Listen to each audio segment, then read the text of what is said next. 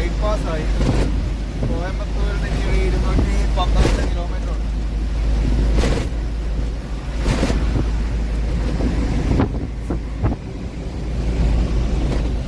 അങ്ങനെ അത്യാവശ്യം നല്ല ഹൈവേ ആണ്, വിട്ടടിച്ച് വരാൻ പറ്റുന്ന രീതിയിലുള്ള റോഡാണ്.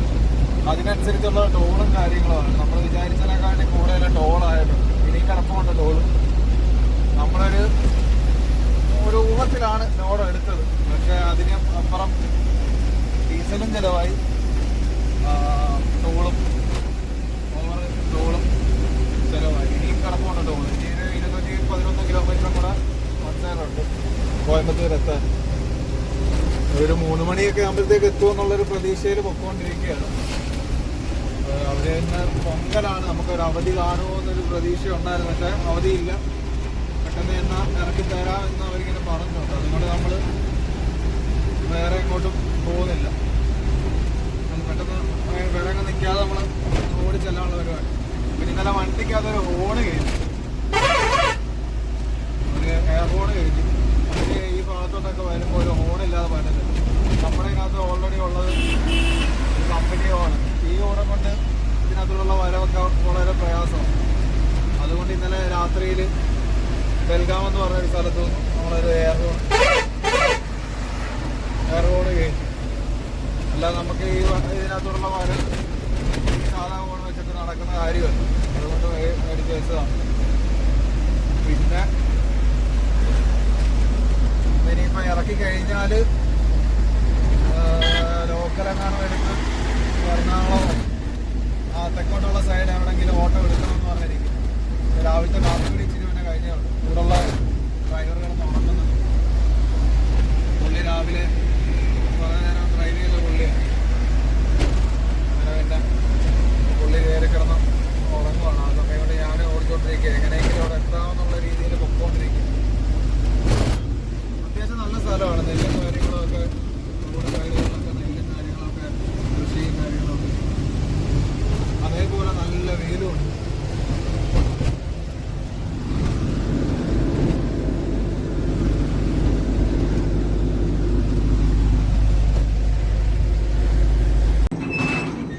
അങ്ങനെ നമ്മൾ കോയമ്പത്തൂർ പ്ലാന്റിലെത്തി.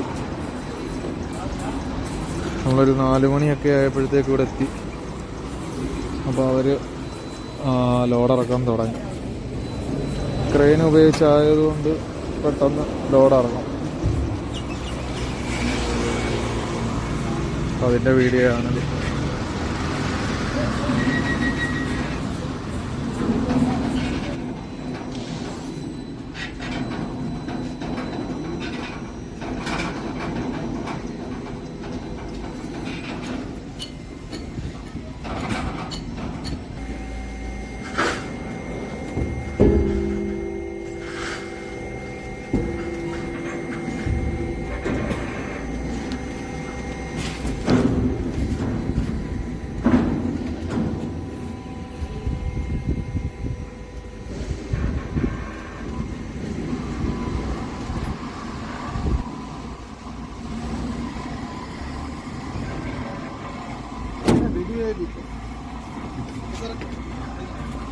പറഞ്ഞാൽ മതിയോ?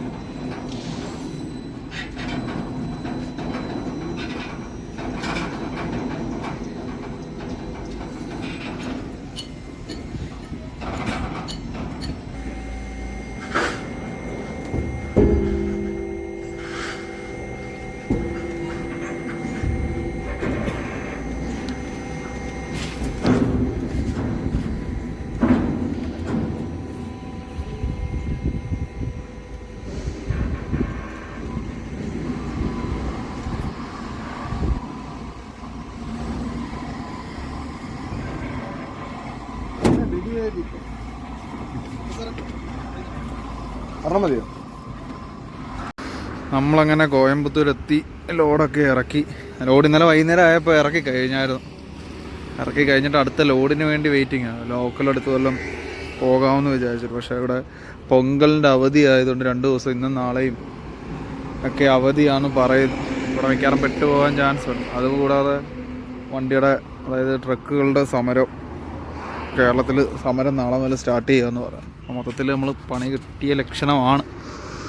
ഇങ്ങനെ ഇവിടെ നമ്മളിന്നലെ സ്റ്റീലിൻ്റെ കുറേ ഐറ്റംസ് മെറ്റീരിയൽസാണ് കൊണ്ടുവന്ന്. അപ്പോൾ അതാണെന്നുണ്ടെങ്കിൽ മൊത്തം അവർ ഗ്രീസും ഓയിലും ഒക്കെ ചേർത്തിട്ടാണ് വണ്ടിക്കകത്ത് കയറ്റിയത്. അപ്പോൾ വണ്ടിയുടെ പ്ലാറ്റ്ഫോം നിറച്ച് ഗ്രീസും കാര്യങ്ങളും. അപ്പോൾ അത് ഷാമ്പു ഇട്ടൊന്ന് കഴുകിക്കൊണ്ടിരിക്കുക നമ്മുടെ അനിയച്ച ഉപ്പു.